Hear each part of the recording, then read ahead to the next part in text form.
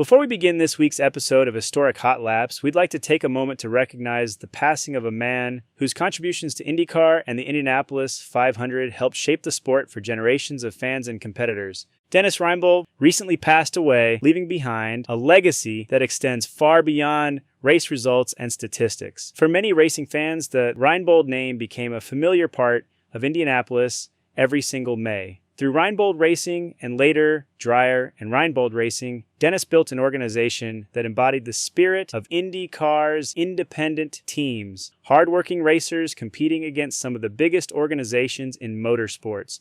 For decades, he dedicated his life to the sport he loved, and his teams provided opportunities for countless drivers, engineers, mechanics, and crew members. While championships and victories are often what fans remember most, motorsports is built on people like Dennis Reinbold, individuals whose passion, commitment, and determination help keep the sport moving forward year after year. The Indianapolis 500 has always been more than just a race. It's a community, it's a family, and Dennis Reinbold was a respected part of that family. His impact could be felt throughout the garage area and throughout the IndyCar community. The racing world lost someone who truly cared about the sport, cared about the people in it, and dedicated much of his life to helping it grow.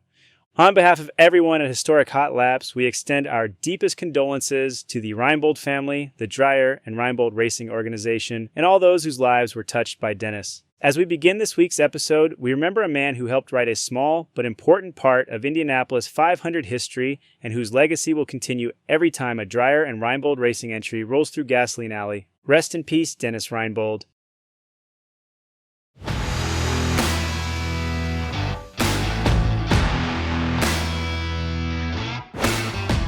Now let's head over to Formula One, where the paddock traveled to the Circuit de Barcelona, Catalunya, for what turned out to be one of the biggest storylines of the entire 2026 season. After months of questions, months of pressure, and months of waiting, Lewis Hamilton finally delivered his first Formula One victory as a Ferrari driver. Coming into Barcelona, the story was all about Mercedes.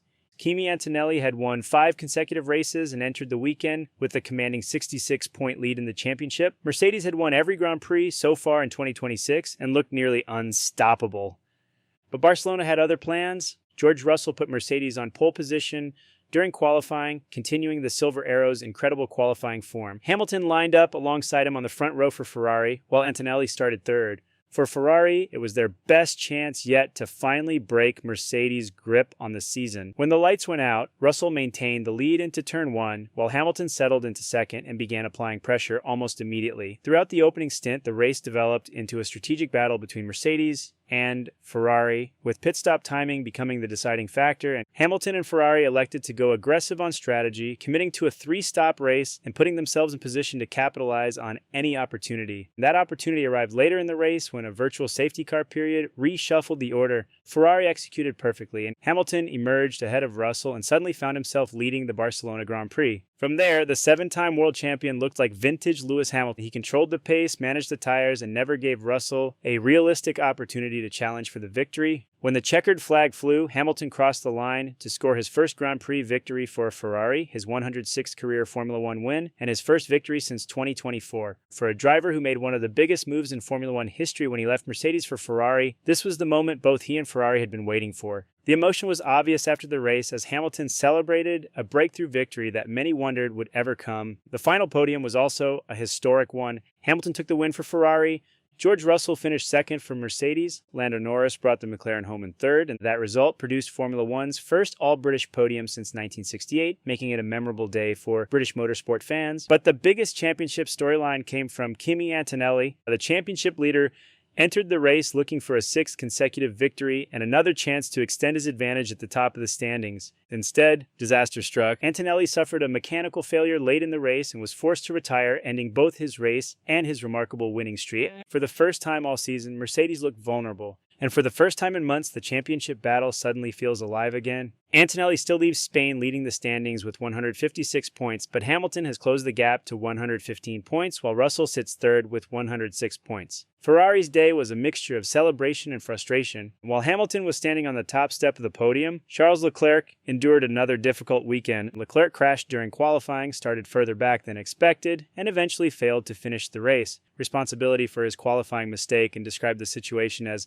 unacceptable given the pace Ferrari appeared to have. It was another frustrating chapter in what's becoming a difficult season. There was also disappointment for the home crowd. Fernando Alonso's Barcelona weekend never really got going. Aston Martin struggled badly for pace. Alonso qualified at the back of the field, and his race ended in retirement. After the race, Alonso openly voiced his frustration with the team's performance and admitted the season has been one of the toughest. When we look back at the 2026 Barcelona Grand Prix, there are really three major takeaways. First, Lewis Hamilton finally got his first Ferrari victory and reminded everyone why he's one of the greatest drivers Formula One has ever seen.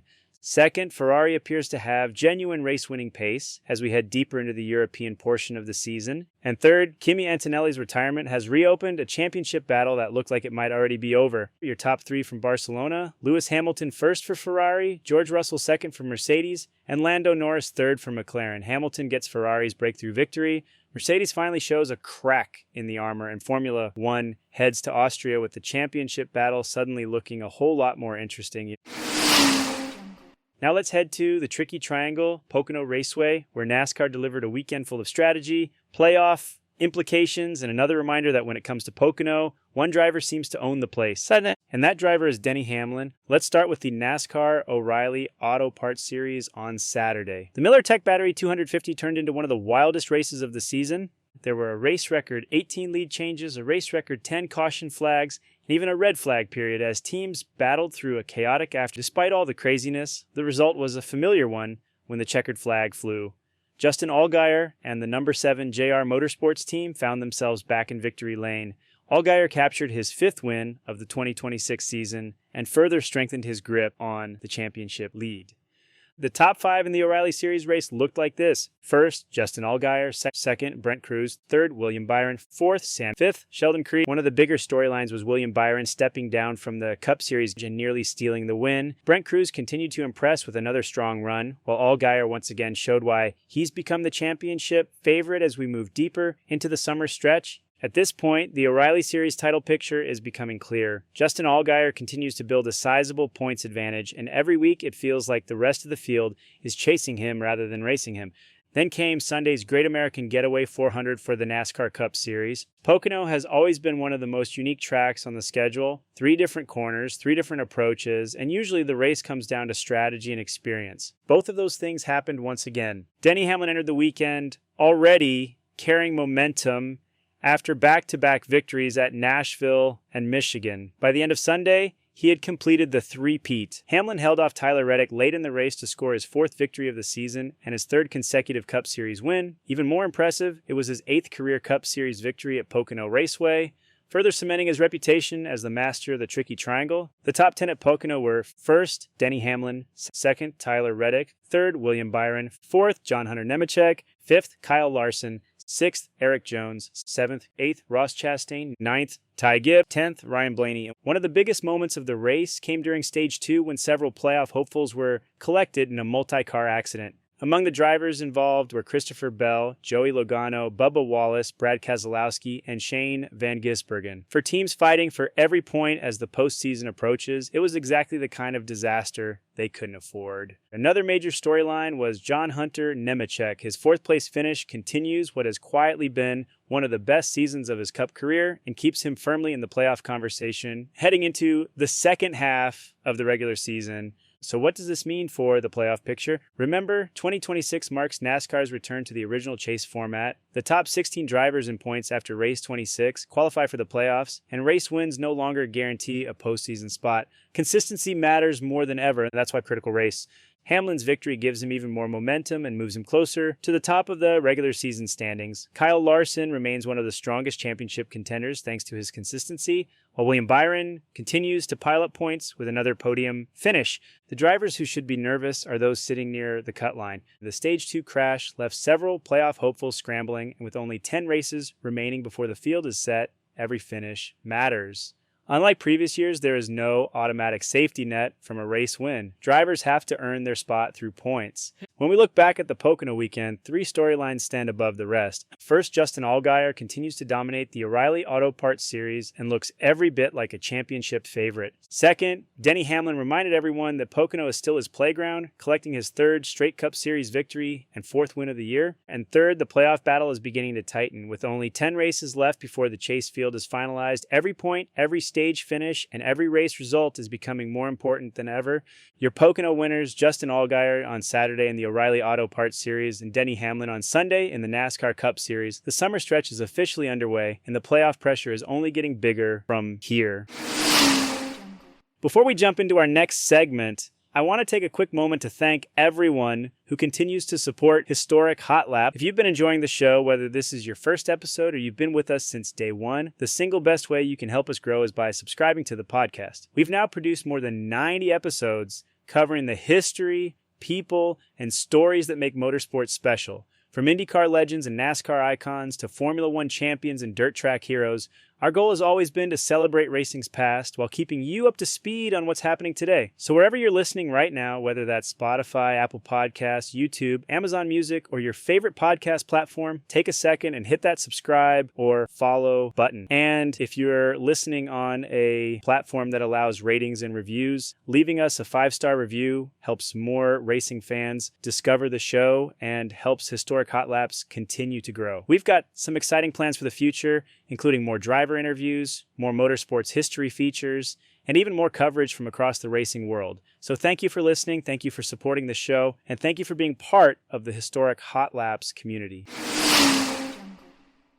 Now let's get back to the racing. Now let's shift gears and head to one of the crown jewels of motorsports, the 24 Hours of Le Mans. For 24 straight hours, some of the biggest manufacturers in the world battled through the day, through the night, and back into the daylight at Circuit de la Sarthe in France. And when it was all over, Toyota found itself back on top of endurance racing's biggest stage. For anyone new to Le Mans, this isn't just another race. The 24 Hours of Le Mans is the world's most famous endurance race, first held in 1923 and widely considered one leg of motorsport's Triple Crown alongside the Indianapolis 500 and the Monaco Grand Prix. Teams aren't just racing for speed, they're racing for reliability, strategy, fuel management, tire management, and survival.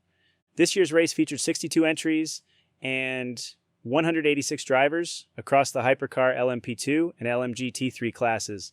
The Hypercar category once again delivered a manufacturer showdown featuring Toyota, Ferrari, Cadillac, BMW, Porsche, Alpine, Peugeot, Aston Martin, and Genesis. Coming into the weekend, Ferrari was looking for a 4th consecutive Le Mans victory after dominating the event in recent years. BMW arrived with momentum after a strong season and captured pole position. Cadillac showed tremendous pace throughout practice and qualifying, and Toyota entered Le Mans looking to end a frustrating 4-year drought at the race they once dominated. Once the green flag dropped, the race quickly became a 3-way war between Toyota, BMW, and Cadillac. Throughout the first half of the race, the lead changed hands multiple times as teams cycled through pit strategies, fuel windows, and driver rotations. Cadillac looked especially strong overnight, with the Hertz Team Jota entry spending significant time at the front of the field. BMW's pace was equally impressive, while Toyota quietly positioned itself for the long game, the exact strategy that has made them so successful at Le Mans over the years. As dawn broke over France, the battle tightened. With only a few hours remaining, the top contenders were separated by mere seconds. Cadillac appeared capable of taking the fight all the way to the finish, but reliability issues began to creep in. One of Cadillac's strongest entries was forced into retirement with power steering problems, dramatically changing the complexion of the race.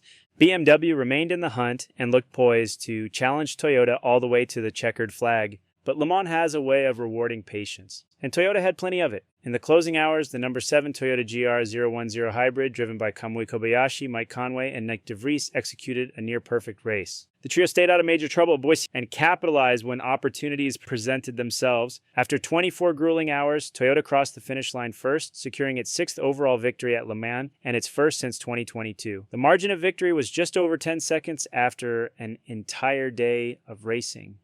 Think about that for a second. 24 hours, more than 3,000 miles. And the difference between first and second was roughly 10 seconds. That's Le Mans. The overall hypercar podium looked like this. First, Toyota number 7, Kamui Kobayashi, Mike Conway, and Nick DeVries. Second, BMW.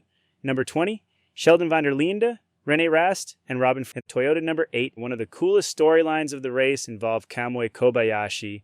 Many Formula One fans remember Kobayashi from his years in Grand Prix racing, but he has become one of the most respected endurance racers in the world. This victory gave him another Le Mans triumph and further cemented his legacy in sports car racing. Mike Conway also finally added another Le Mans victory to his resume after years of coming painfully close, while Nyck de Vries continued an incredible stretch that has seen him win at the highest levels of both Formula E and endurance racing. Elsewhere in the race, Ferrari's hopes of extending its winning streak never quite materialized. After winning the previous 3 editions of Le Mans, Ferrari found itself unable to match the pace and consistency of Toyota, BMW, and Cadillac during the crucial stages of the race, and ultimately finished outside the podium positions. The race also featured one of the more dramatic moments of the weekend when a steering failure sent Ayhankenguven's Porsche hard into the barriers during the race's final hours. Thankfully, the driver walked away unharmed, but it was a stark reminder of how dangerous Le Mans remains even in the modern era. In the supporting classes, Europol competition swept the top 2 positions in LMP2, while Corvette captured victory in the LMGT3 category with Ben Keating, Nicky Katzberg, and Johnny Edgar. So when we look back at the 2026 24 Hours of Le Mans, the story is Toyota returning to the top after 4 years of frustration. Kamui Kobayashi, Mike Conway, and Nyck de Vries delivered a flawless performance. BMW pushed them to the limit. Cadillac showed it had race-winning speed, and once again, Le Mans reminded us why it's one of the greatest events in all of motorsports. 24 hours, thousands of miles, countless challenges, and in the end, Toyota stands alone at the top of endurance racing. Before we wrap up the race recap portion of the show, let's take a quick look at what's been happening in sprint car racing, because both High Limit Racing and the World of Outlaws continue to put on some incredible shows as we move deeper into the summer. Starting with High Limit Racing, one name has been impossible to ignore lately, and that's Kyle Larson. Larson has been on an absolute tear over the last couple of weeks, picking up wins at Davenport Speedway, Red Cedar Speedway, and Gondik Law Speedway, as he continues to remind everyone why many consider him the most versatile race car driver in the world. The win at Red Cedar Speedway was particularly impressive, as Larson dominated the field in front of a national television audience on FS1, continuing a stretch where he's looked nearly untouchable whenever he straps into a sprint car. Meanwhile, Aaron Reutzel continues to keep himself squarely in the championship fight after victories at Butler Motor Speedway and Dakota Speedway. Those wins have helped keep the points battle incredibly tight.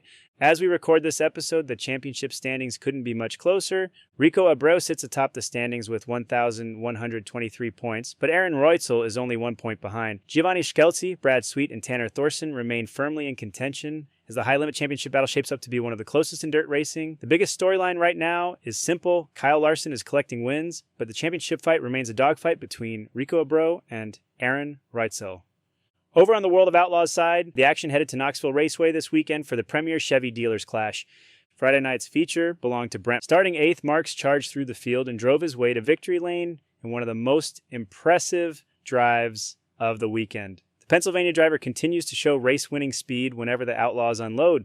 Unfortunately, Saturday night's finale at Knoxville was canceled due to heavy rain and thunderstorms, meaning teams were only able to complete one feature event during the weekend. The previous weekend saw Carson Macedo pick up a victory in the Ted Johnson Memorial at Angel Park Speedway, while Sheldon Hodenschild captured the Cheesetown Showdown at Plymouth Dirt Track. The championship battle remains one of the biggest stories in sprint car racing as David Gravel, Carson Macedo, and several other contenders continue trading punches week after week. So to recap the sprint car world this week, Kyle Larson continues stacking trophies in high-limit competition. Aaron Reutzel and Rico Abreu remain locked in a championship battle separated by a single point. Brent Marks scored a huge World of Outlaws win at Knoxville, and the summer stretch of sprint car racing is just getting started. If you're not watching sprint cars right now, you're missing some of the best racing happening anywhere in motorsports. For this week's Historic Hot Laps driver profile, we're taking a look at one of the toughest racers to ever come out of the American short track scene. A driver who became a legend in midget racing, fought his way to the Indianapolis 500, survived one of the most horrifying crashes in Indy history, and left behind a legacy that still resonates throughout motorsports today. This is the story of Stan Fox. Stan Fox was born Stanley Cole Fuchs on July 7, 1952, in Janesville, Wisconsin. Interestingly, the name Fox wasn't actually his original surname. Fuchs is German for fox, and that's the name he eventually adopted throughout his racing career. Before he ever reached Indianapolis, Fox was building a reputation on dirt tracks and short ovals across the Midwest. He came up through midget racing, which many drivers still consider one of the purest tests of talent in all of motorsports.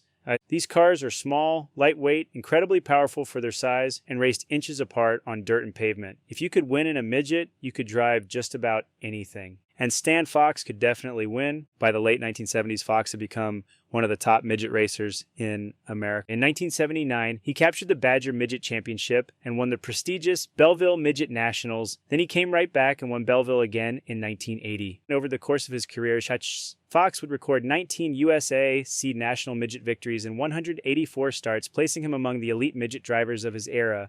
But what really made his resume impressive were the races he won. He claimed victories in some of the biggest events in midget racing, including the Belleville Nationals in 1979 and 1980, the Turkey Night Grand Prix in both 1990 and 1991, 3 Copper World Classic victories in 1980, 1990, and 1993, 2 Roger Morrow Classics, 3 Rex Easton Memorial races, and the midget portion of Eldora Speedway's famous 4 Crown Nationals in 1990. For people outside the dirt track world, these races are the equivalent of winning crown jewels. These weren't just race wins, they were career-defining victories. By 1990 and 1991, Fox finished 4th in the USA Seed National Midget standings, proving he wasn't just capable of winning races, he was consistently one of the best drivers in the country. One of the biggest turning points in his career came through his partnership with car owner Steve Lewis in the famous Beast Chassis program. Many people inside the sport believe Fox was one of the drivers who helped establish the Beast Chassis as the gold standard in midget racing during that era. Bob East, who built many of those cars, later described Fox as one of the toughest competitors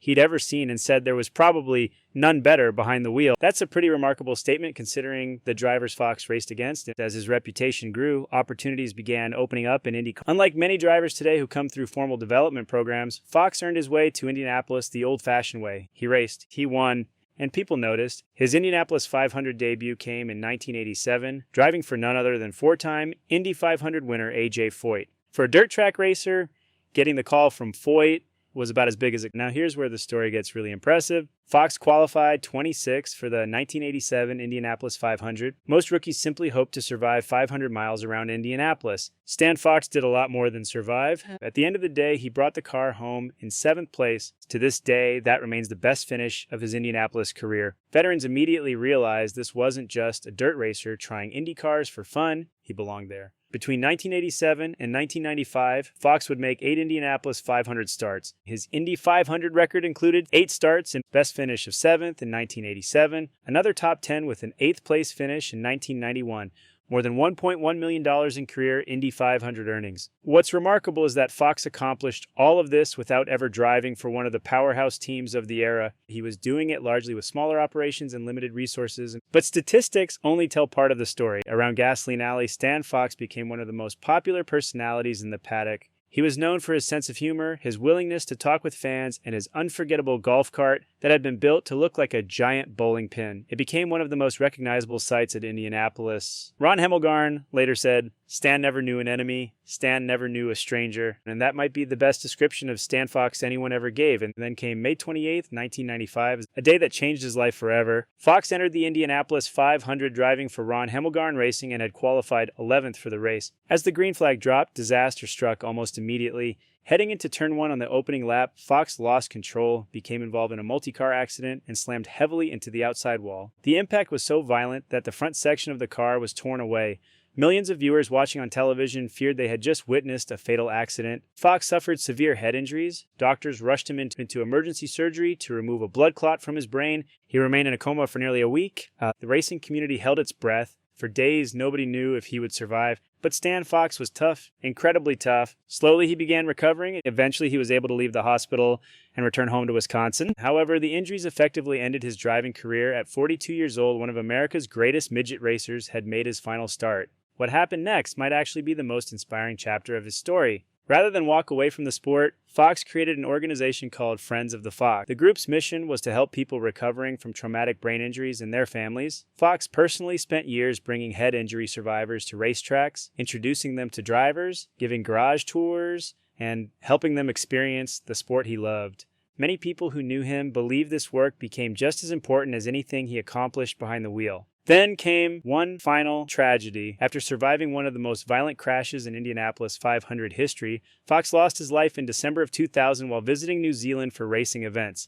He was involved in a head-on highway collision and passed away at just 48 years old. The motorsports world was stunned. Today, Stan Fox remains remembered as one of the greatest midget racers of his generation and as a member of the National Midget Auto Racing Hall of Fame. His career numbers tell an impressive story. 19 USA C National Midget victories, multiple Belleville Nationals wins, multiple Turkey Night Grand Prix victories, 3 Copper World Classic victories, 8 Indianapolis 500 starts, a 7th place Indy 500 rookie finish, more than 60 feature victories across his racing career, but his legacy goes far beyond the statistics. Stan Fox represented a generation of racers who earned every opportunity through grit, talent, and determination. From Wisconsin dirt tracks to the Indianapolis Motor Speedway, he never forgot where he came from, and he never stopped helping others. And that's this week's Historic Hot Laps driver profile. The life, career, and legacy of midget racing legend and Indianapolis 500 veteran Stan Fox. And that is going to bring us to the end of Historic Hot Laps, episode 93. This week we covered a little bit of everything that makes motorsports special. We looked back on an incredible weekend at Le Mans, where Toyota reclaimed victory in one of the toughest races in the world. We recapped Formula One from Barcelona, where Lewis Hamilton finally earned his first Ferrari victory. We broke down NASCAR's trip, checked in on the latest from the world of Outlaws and high-limit racing, and spent some time remembering one of the great midget racers and Indianapolis veterans in Stan Fox. But if there was one theme that connected this entire episode, it was the people behind the sport. From Dennis Reinbold and the impact he had on IndyCar to Stan Fox and the legacy he left behind on dirt tracks and at Indianapolis, motorsports has always been about more than trophies and championships. It's about, the drivers, owners, crews, families, and fans who dedicate their lives to racing. And that's why we tell these stories. Because every race result eventually becomes a statistic, every championship eventually becomes a line in a record book, but the people and the stories behind them are what keep the history of the sport alive. Thank you for spending part of your week with us here at Historic Hot Laps. If you enjoyed today's episode, make sure to subscribe wherever you listen to podcasts, leave us a rating and review, follow us on social media, and share the show with a fellow racing fan. Every download, every share, and every subscription helps us continue growing and bringing more motorsports history and racing coverage to all of you. We'll be back next week with more racing news, more race recaps, and another deep dive into the people and moments that have shaped motorsports history. Until then, enjoy the racing, support your local tracks, and never forget the stories that got us here. I'm Alex, and this has been Historic Hot Laps. Stay safe, and thanks for tuning in.